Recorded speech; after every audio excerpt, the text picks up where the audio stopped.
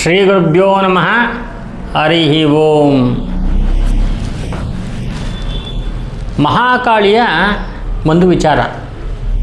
ಜಯಂತಿ ಮಂಗಲ ಕಾಳಿ ಭದ್ರಕಾಳಿ ಕಪಾಲಿನಿ ದುರ್ಗಾ ಕ್ಷಮಾ ಶಿವಾದಾತ್ರಿ ಸ್ವಾಹಾ ಸ್ವದಾ ನಮೋಸ್ತುತೆ. ಜಯತ್ವಂ ದೇವಿ ಚಾಮುಂಡೆ ಜಯ ಭೂತಾರ್ತಿಹಾರಿಣಿ ಜಯ ಸರ್ವಗತೆ ದೇವಿ ಭದ್ರಕಾಳಿ ನಮೋಸ್ತುತೆ. ಕಾಳಿ ಅಂತಕ್ಕಂಥವಳು ದಾಕ್ಷಾಯಣಿಯ ಒಂದು ಅಗ್ನಿ ಪ್ರವೇಶದ ಸಮಯದಲ್ಲಿ ಶಿವನ ಜಟೆಯಿಂದ ಉದ್ಭವವಾಗಿರ್ತಕ್ಕಂಥ ದೇವಿ ಯಾರು? ಮಹಾಕಾಳಿ.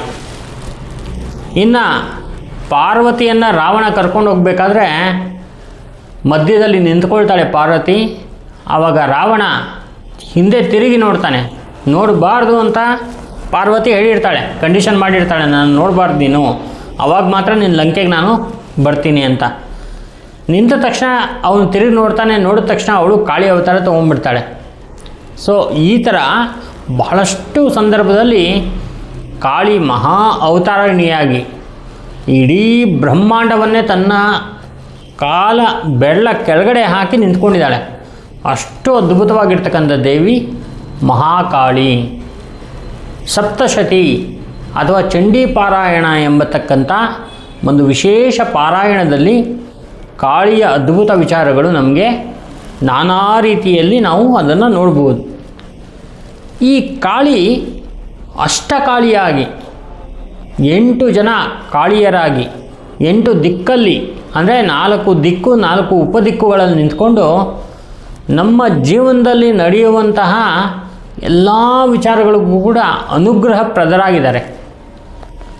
ಎಷ್ಟೋ ಜನ ಗುರುಗಳೇ, ಕಾಳಿ ಅಂದರೆ ನನಗೆ ತುಂಬ ಭಯ ಆಗುತ್ತೆ, ನಾನು ಸಿದ್ಧಿ ಸಾಧನೆಯನ್ನು ಮಾಡ್ಕೊಳ್ಳೋದಿಲ್ಲ, ನನಗೆ ತುಂಬ ಭಯ ಇದೆ ಅಂತ ಹೇಳ್ತಾರೆ.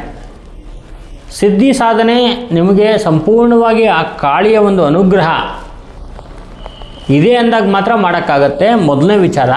ಎರಡನೇ ವಿಚಾರ ಏನಪ್ಪ ಅಂದರೆ, ಈ ಕಾಳಿಯನ್ನು ಪ್ರತಿಯೊಬ್ಬರೂ ಕೂಡ ನೀವು ನಿಮ್ಮಂತೆಯೇ ಅದನ್ನು ನೀವು ಸಿದ್ಧಿಯನ್ನು ಮಾಡ್ಕೋಬೋದು. ಸೌಮ್ಯ ಕಾಳಿ, ಉಗ್ರಕಾಳಿ, ರುದ್ರಕಾಳಿ, ಭದ್ರಕಾಳಿ, ಸ್ಮಶಾನ ಕಾಳಿ, ಮಹಾಕಾಳಿ ಅಂತ ಹೇಳಿ ನಾನಾ ರೀತಿಯ ಕಾಳಿಯರಿದ್ದಾರೆ. ಆ ಕಾಳಿಯರ ಒಂದು ಸಾಧನೆ ದಕ್ಷಿಣ ಕಾಳಿಯಲ್ಲಿ ವಾಮಾಚಾರ, ದಕ್ಷಿಣಾಚಾರ. ದಕ್ಷಿಣಾಚಾರದಲ್ಲಿ ದಕ್ಷಿಣಾ ಕಾಳಿಯ ಒಂದು ತಂತ್ರ ಕೂಡ ಇದೆ. ಆ ತಂತ್ರ ವಿಧಾನದಲ್ಲಿ ಕಾಳಿ ಆರಾಧನೆಯನ್ನು ಮಾಡ್ತಾರೆ. ಹೆಣ್ಣುಮಕ್ಕಳು ಜಾಸ್ತಿಯಾಗಿ ಈ ಕಾಳಿಯನ್ನು ನಂಬಿಕೊಂಡು ಆರಾಧನೆ ಮಾಡಿದಾಗ ಅವರಿಗೆ ವಿಶೇಷವಾಗಿರ್ತಕ್ಕಂಥ ಅದ್ಭುತ ಶಕ್ತಿಗಳು ಬರುತ್ತೆ. ಆದರೆ ಯಾವಾಗಲೂ ಕೂಡ ಕಾಳಿಯ ಒಂದು ಶಕ್ತಿ ಅಂದಾಗ ನಾವು ನೆಗೆಟಿವ್ ಎನರ್ಜಿಯಲ್ಲಿ ನೋಡ್ತೀವಿ. ಯಾಕಂದರೆ ಕಾಳಿಯನ್ನೋಳು ಸಂಹಾರ ಮಾಡುವಂಥವಳು.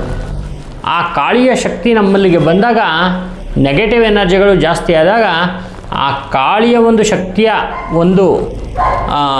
ಒಂದು ನೆಗೆಟಿವನ್ನು ನಾವು ಫಸ್ಟ್ ಅದನ್ನು ತೆಗೆದು ಬಿಡಬೇಕು. ಸೌಮ್ಯವಾಗಿರ್ತಕ್ಕಂಥ ನಮಗೆ ಅನುಕೂಲ ಮಾಡಿಕೊಡುವಂತಹ ಒಂದು ವಿಚಾರದಲ್ಲಿ ಕಾಳಿಯ ಆರಾಧನೆ, ಕಾಳಿಯ ತಂತ್ರವನ್ನು ಮಾಡಬೇಕು. ಯಾವಾಗ ನೆಗೆಟಿವ್ ಜಾಸ್ತಿ ಆಗುತ್ತೆ ಅಂದರೆ ಅದಕ್ಕೆ ಬಲಿ ಇನ್ನಿತರ ವಸ್ತುಗಳನ್ನು ಕೊಟ್ಟಾಗ ಆ ನೆಗೆಟಿವ್ ಎನರ್ಜಿ ಅಂತಕ್ಕಂಥದ್ದು ಕಾಳಿಯ ಮುಖಾಂತರ ನಮ್ಮಲ್ಲಿಗೆ ಬಂದು ನಾವು ತುಂಬ ನೆಗೆಟಿವ್ ಎನರ್ಜಿಯನ್ನು ಹೊಂದಿ ಬಹಳ ಒಂದು ಈ ಪ್ರಪಂಚಕ್ಕೇ ಅಪಾಯಕಾರಿಯಾಗಿ ಬಿಡ್ತೀವಿ. ಹಾಗಾಗಿ ಕಾಳಿ ಸಾಧನೆಯನ್ನು ತಗೋಬೇಕಾದ್ರೆ ಸ್ವಲ್ಪ ಹುಷಾರಾಗಿ ತಗೋಬೋದು. ಆದರೆ ಪ್ರತಿಯೊಬ್ಬರೂ ಕೂಡ ಕಾಳಿಯ ಒಂದು ಸಾಧನೆ ತಗೊಳ್ಳೋದ್ರ ಜೊತೆಗೆ ಜೀವನದಲ್ಲಿ ಎಲ್ಲ ವಿಚಾರದಲ್ಲೂ ಗೆದ್ದು ಒಂದು ವಿಶೇಷವಾಗಿರ್ತಕ್ಕಂಥ ಅನುಕೂಲವನ್ನು ಮಾಡ್ಕೋಬೋದು. ಅದರಲ್ಲೂ ಹೆಣ್ಣುಮಕ್ಕಳು, ಮದುವೆ ಆಗಿರುವಂತಹ ಹೆಣ್ಣುಮಕ್ಕಳು ಈ ಕಾಳಿ ಸಾಧನೆಯನ್ನು ತಗೊಳ್ಳೋದ್ರಿಂದ ಬೇಗ ಎಲ್ಲ ಥರದ ಸಂಸಾರಿಕ ಜೀವನದಲ್ಲಿ ನಡೆಯುವಂತಹ ದುರ್ಘಟನೆಗಳು ಅಥವಾ ಯಾರಾದರೂ ದುಷ್ಟಶಕ್ತಿಗಳಾಗಲಿ, ಯಾರಾದರೂ ಶತ್ರುಗಳಾಗಲಿ, ಇವೆಲ್ಲವೂ ಕೂಡ ಕ್ಲಿಯರ್ ಆಗುತ್ತೆ. ಮದುವೆ ಆಗದೇ ಇರೋಂಥ ಹೆಣ್ಣುಮಕ್ಕಳಿಗೆ ಒಂದು ಒಳ್ಳೆಯ ಒಂದು ರೀತಿಯಲ್ಲಿ ಒಂದು ಅನುಕೂಲ ಆಗುತ್ತೆ. ಯಾರಾದರೂ ಒಂದು ನಿಮಗೆ ಚೀಟ್ ಮಾಡ್ತಕ್ಕಂಥವ್ರು ಅಂದರೆ ಫ್ರಾಡ್ ಮಾಡ್ತಕ್ಕಂಥವ್ರು ನಿಮಗೆ ಬಂದಾಗ ಅವ್ರು ಯಾರು ಏನು ಎತ್ತ ಅಂತಕ್ಕಂಥ ವಿಚಾರ ನಿಮ್ಗೆ ಫಸ್ಟೇ ಗೊತ್ತಾಗುತ್ತೆ. ಮತ್ತು ಜೀವನದಲ್ಲಿ ಬಹಳಷ್ಟು ಅನುಕೂಲ, ಒಂದು ಅನುಗ್ರಹವನ್ನು ಪಡ್ಕೊಂಡಿರ್ತೀರ. ಹಾಗಾಗಿ ಈ ಕಾಳಿ ಸಾಧನೆಯ ಬಗ್ಗೆ ಯಾರೂ ಹೆದರಬೇಕು ಅಂತಿಲ್ಲ. ಆದರೆ ಕಾಳಿ ಮಂತ್ರವನ್ನು ತಗೋಬೇಕಾದ್ರೆ ಗುರುಗಳಿಂದ ಆ ಮಂತ್ರದಲ್ಲಿರ್ತಕ್ಕಂಥ ಶಾಪ ದೋಷಗಳನ್ನ ನಿವಾರಣೆ ಮಾಡಿ ವಿಶೇಷವಾಗಿ ಮಂತ್ರವನ್ನು, ಯಾವ ಒಂದು ಕಾಳಿ ಮಂತ್ರವನ್ನು ತಗೋಬೇಕು ಅಂತಕ್ಕಂಥ ವಿಚಾರವನ್ನು ಚೆನ್ನಾಗಿ ನಾವು ಅವ್ರ ಜೊತೆ ಸಮಾಲೋಚನೆ ಮಾಡಿ ಆ ಒಂದು ಕಾಳಿ ಮಂತ್ರವನ್ನು ತಗೋಬೇಕು. ಈ ಒಂದು ದೀಕ್ಷೆಯನ್ನು ತಗೊಂಡು ಅವರು ಹೇಳಿದಂತೆ ಎಷ್ಟು ದಿನದಲ್ಲಿ ಇದನ್ನು ಮಾಡಬೇಕು ಅಂತಕ್ಕಂಥ ವಿಚಾರ ಇದ್ದಾಗ ಅಷ್ಟು ದಿನ ಶ್ರದ್ಧೆ ಭಕ್ತಿಗಳಿಂದ ಈ ಕಾಳಿ ಸಾಧನೆಯನ್ನು ಮಾಡಿದಾಗ ಜೀವನದಲ್ಲಿ ಎಲ್ಲ ಶತ್ರುಗಳನ್ನು ಗೆದ್ದು ಒಂದು ವಿಶೇಷವಾಗಿರ್ತಕ್ಕಂಥ ಅದ್ಭುತ ಒಂದು ವ್ಯಕ್ತಿಗಳಾಗಿ ನಾವು ಬೆಳಿತೀವಿ. ಇದು ಕಾಳಿ ಸಾಧನೆ ವಿಚಾರ. ಇನ್ನು ಮುಂದೆ ಇನ್ನೊಂದು ಅದ್ಭುತವಾಗಿರ್ತಕ್ಕಂಥ ವಿಚಾರ ಇದೆ, ಕಾದು ನೋಡಿ. ನಮಸ್ಕಾರ.